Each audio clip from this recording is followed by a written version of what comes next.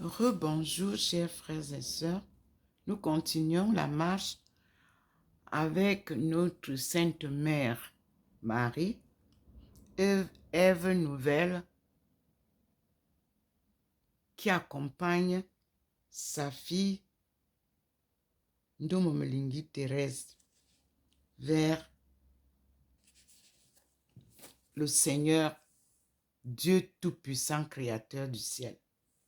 Une marche glorieuse de la fin de sa mission, un marathon sans compétition.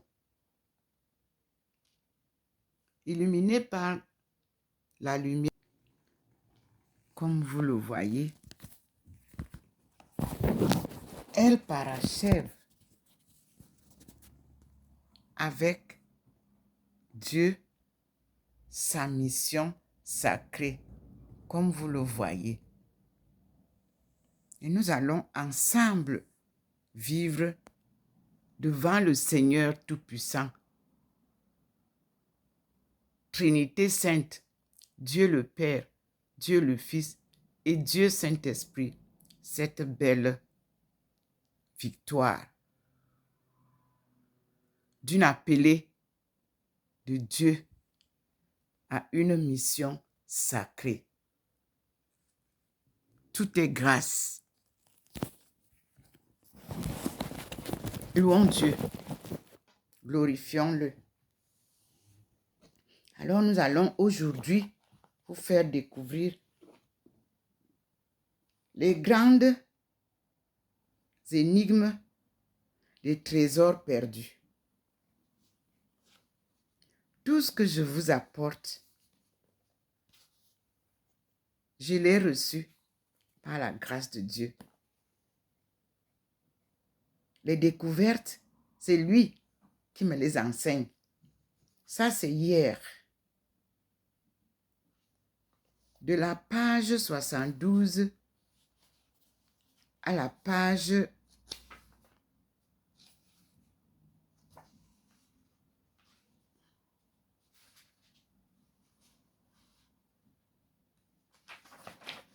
97, nous retrouvons les grandes énigmes des trésors perdus. Puis,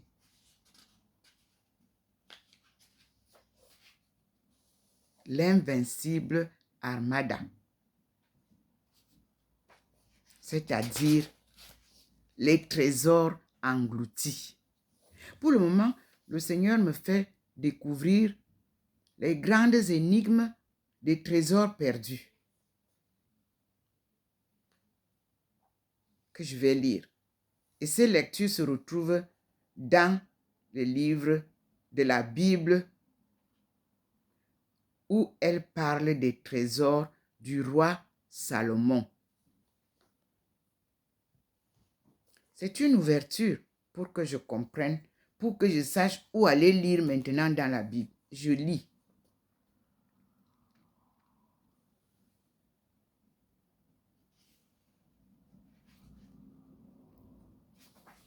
Ça commence à la page 71, s'il vous plaît, l'introduction, parce que c'est à la page 72 que j'ai ouvert. Et je commence. Les trésors du roi Salomon.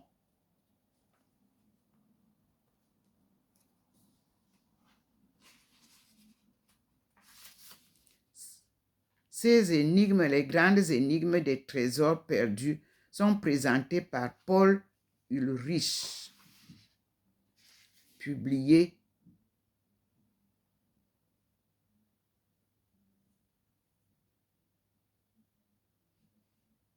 aux éditions Famout, 1975, à Genève. Je suis sûre que cela va nous aider à comprendre.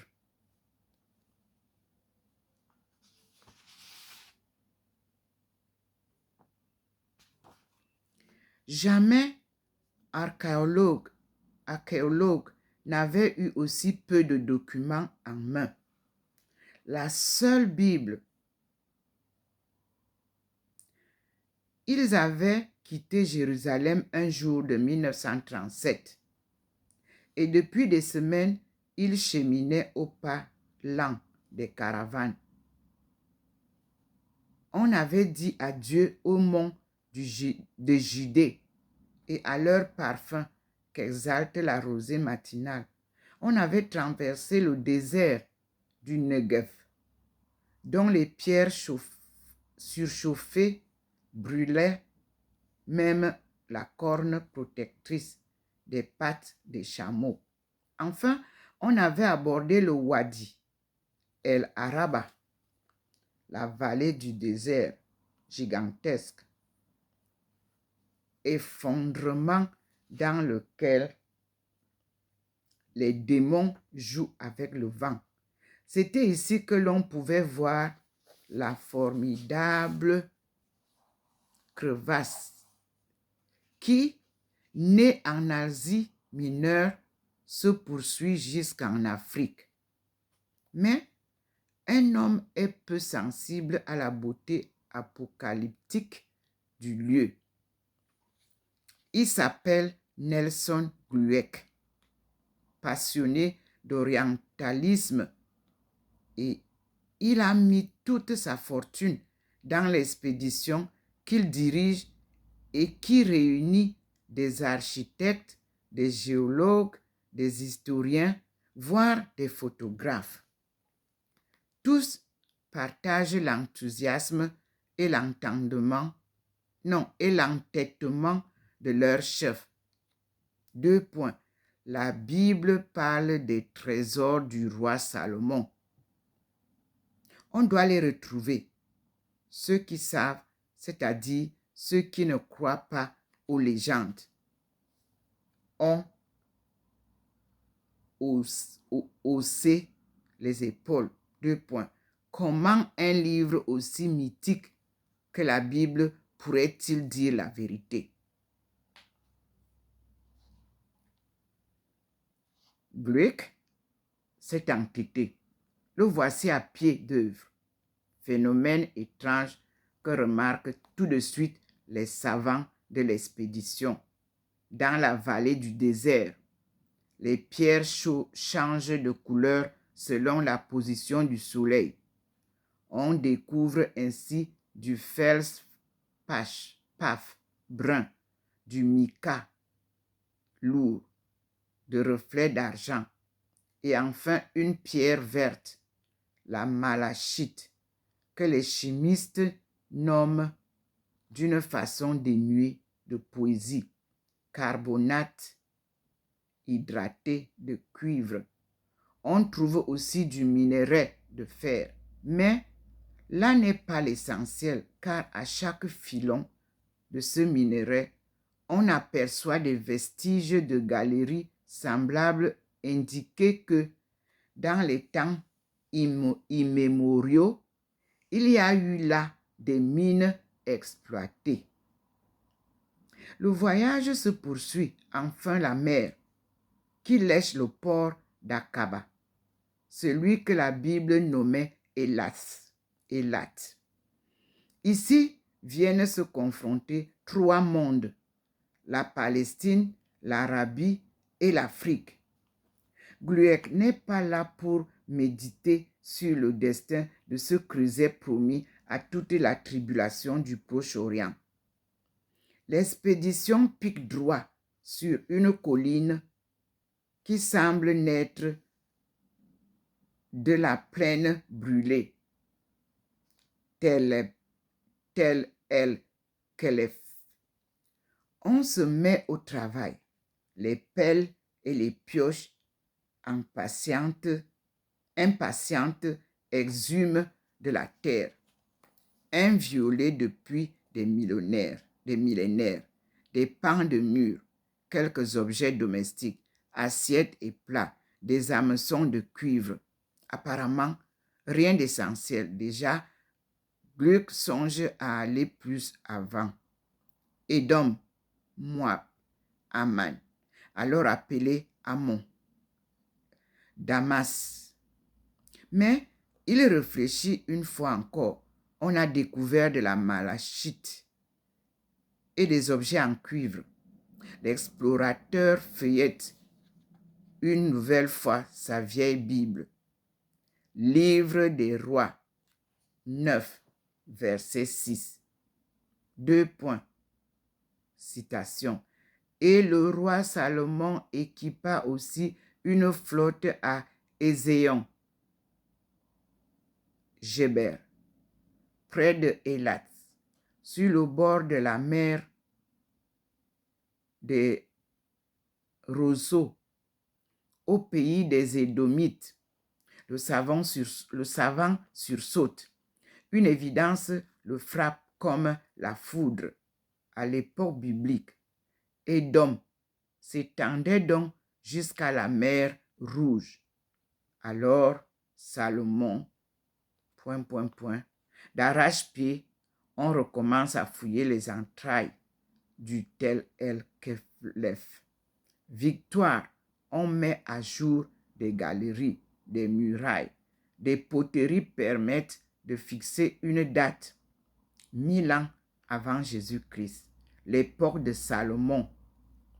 Jusqu'en 1940, Gruyère ne lâchera plus sa découverte. Ainsi apparaîtront les restes d'une ville et d'innombrables objets en cuivre. D'où provenaient-ils? Les chercheurs finissent par trouver la réponse. 2 points.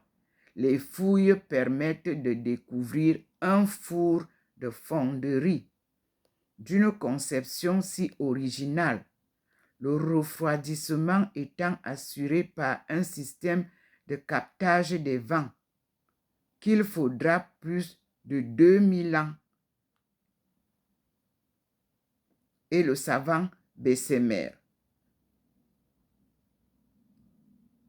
pour que l'Europe la redécouvre et s'en attribue le mérite. Mais un mystère ne sera jamais éclairci. Comment les artisans de l'époque pouvaient-ils raffiner le métal?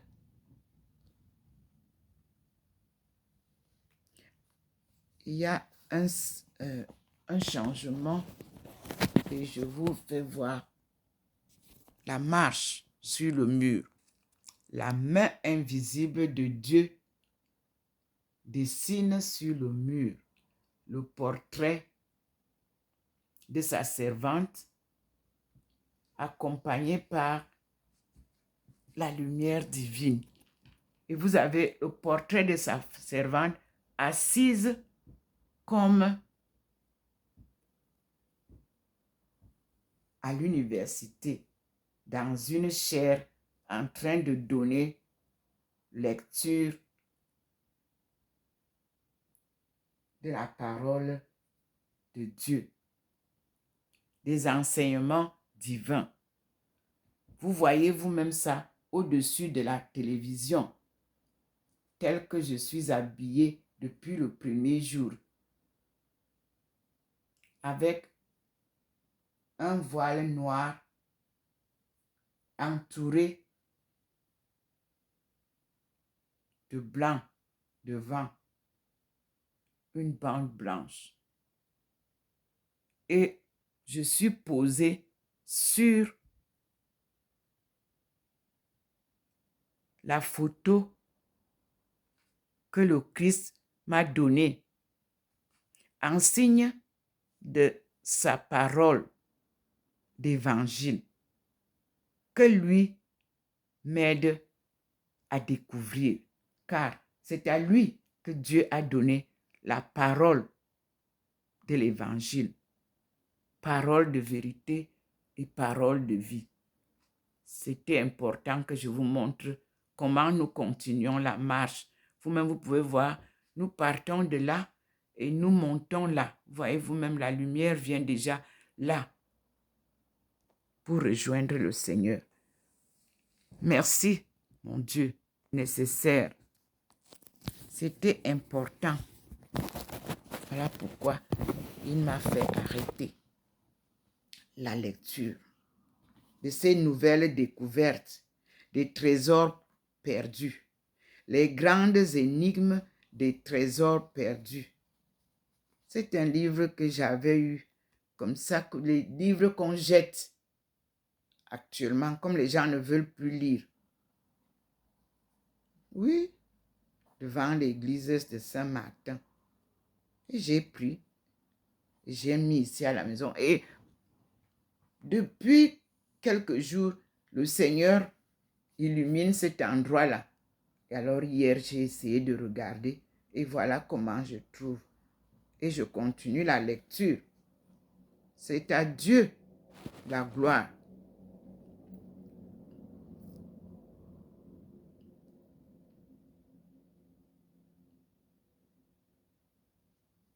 Donc, nous continuons.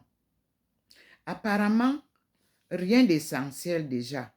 Nous sommes sur la lecture de les grandes énigmes des trésors perdus. Et les trésors sont les trésors de Salomon. C'est ce qui nous est donné comme information. Donc, c'est dans le livre ou les livres, les trésors du roi Salomon que je lis. De la page 71, comme je vous ai dit, à la page 97. Je continue. Le Seigneur a bien voulu que nous découvrions ce livre de Salomon. Donc, apparemment, rien d'essentiel déjà. Gluck songe à aller plus avant. Édom, Moab, Aman, alors appelé Ammon, Damas.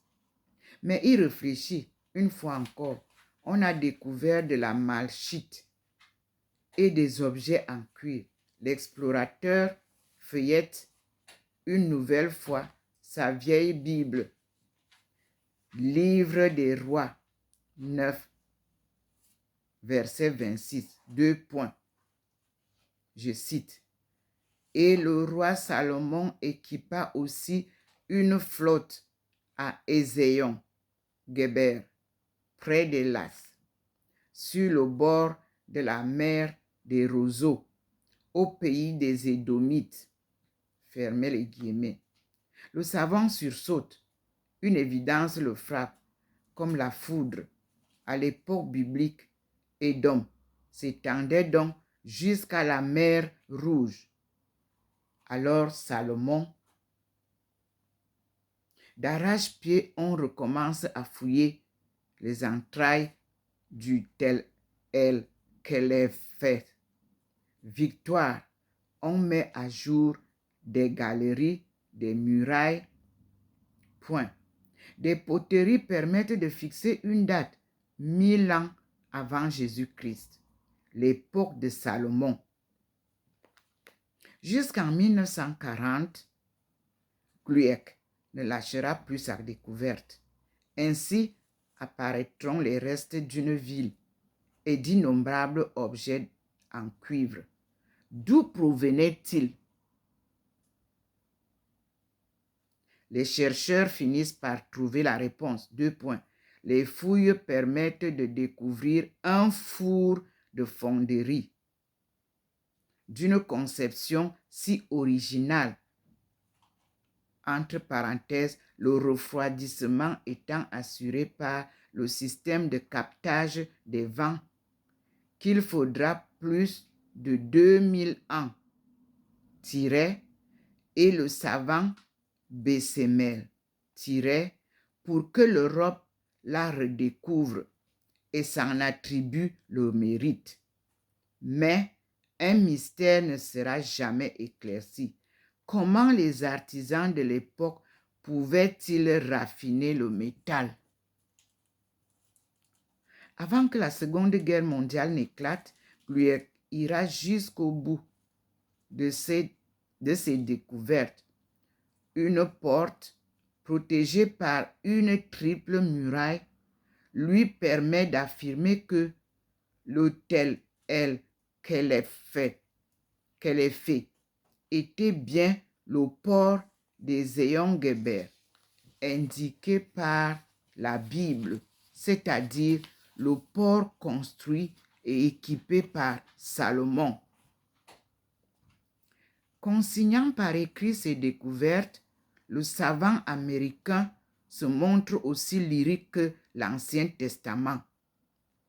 Ézéon Geber a été construite sur un plan minutieusement étudié, tant du point de vue de son architecture que de ses installations techniques. C'était une ville industrielle phénoménale pour l'époque et pour le lieu où elle fut établie. Elle n'a pas son pareil dans toute l'histoire de l'Orient ancien. Ézéon Geber était le Pittsburgh de la Palestine, sans cesse d'être un port important. Le roi Salomon semble avoir été le plus important exportateur de cuivre de l'Antiquité. Fermez les guillemets. C'est ainsi qu'a ressurgi, héros de l'histoire et de la légende, le roi Salomon. Salomon, c'est avant la lettre un héros shakespearien, car il est né vers 994 avant Jésus-Christ, dans le tumulte et dans le sang. Son père David, deuxième roi d'Israël, ne départ pas la galerie des héros de l'Antiquité. C'est lui qui, d'un coup de fronde bien ajusté, a tué le géant Goliath, assurant du même coup la défaite des Philistins. Cette victoire décisive lui vaut l'amitié du roi Saul, qu'en outre il charme par les accords qu'il tire de sa harpe, double privilège qui lui vaut la main de la fille du roi. Mais le peuple se montrant trop favorable à cet homme paré de tous les dons, Saul le chasse. Retiré dans le désert, David attend la mort de son beau-père et lui succède. Il établit sa capitale sur la montagne de Sion. Elle deviendra Jérusalem. C'est là que sera transportée l'arche d'alliance, contenant les tables de loi données par Yahvé à Moïse sur le mont Sinaï. Signe de joie ou de dérision, David dansera devant elle. Commettant l'adultère avec Bétchébé, il enverra à la mort le mari de sa maîtresse, Uri. C'est de ces amours coupables que naîtra Salomon. Tout à sa passion, David n'hésitera pas à faire tuer son fils Absalom, qui a brandi l'étendard de la révolte contre un père qui, à ses yeux, a trahi ses devoirs. Mais David a encore un fils, Adonias, qui, selon la Bible, rappelait par ses traits Absalom, l'inoubliable. Or, le peuple juif estime naturel de faire Adonias le successeur de David, mais Bétchabé veille. C'est en Salomon qu'elle a mis toutes ses complaisances. David est sur son lit de mort, donc facile à circonvenir. Mon Seigneur, entre guillemets, mon Seigneur, ne m'as-tu point promis à moi ta servante que mon fils Salomon siégera auprès de toi sur le trône?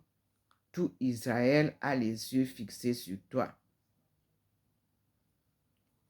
Alors David se redresse sur sa couche.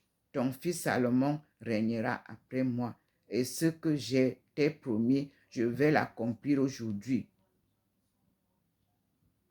Au chevet du mourant, un conseil de la couronne se réunit. David ordonne que Salomon chevauche sur l'instant la mule réservée au roi. L'arche d'alliance, non réservée au roi d'Israël, qu'il soit oint de l'huile sainte conservée dans l'arche d'Asia.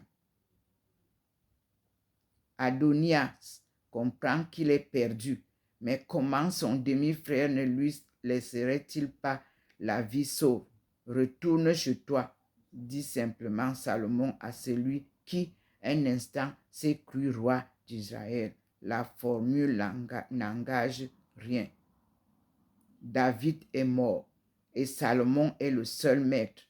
Pour la première fois dans l'histoire de l'humanité, on va voir apparaître la raison d'État. Nous arrêtons là pour continuer après à méditer et à rechercher dans la Bible. Voilà comment nous devons nous approprier de l'histoire de la Bible historiquement, divinement, humainement, pour comprendre d'où nous venons et où nous allons. Peuple de Dieu, peuple choisi de Dieu. Amen. Je suis Dr Ndomo Melingi Thérèse, appelée du Seigneur, et je vous remontre la démarche et la marche que nous poursuivons avec le Seigneur sous son ombre, c'est-à-dire sa nuée de lumière et sa guidance sûre. Dieu est vérité et sa parole est la parole de vie. J'ai cru, je crois et je croirai toujours. Alléluia. Vous avez vu comment je termine et il termine aussi. Nous arrêtons donc ici. Je suis Dr Ndomo Melingi Thérèse. Amen.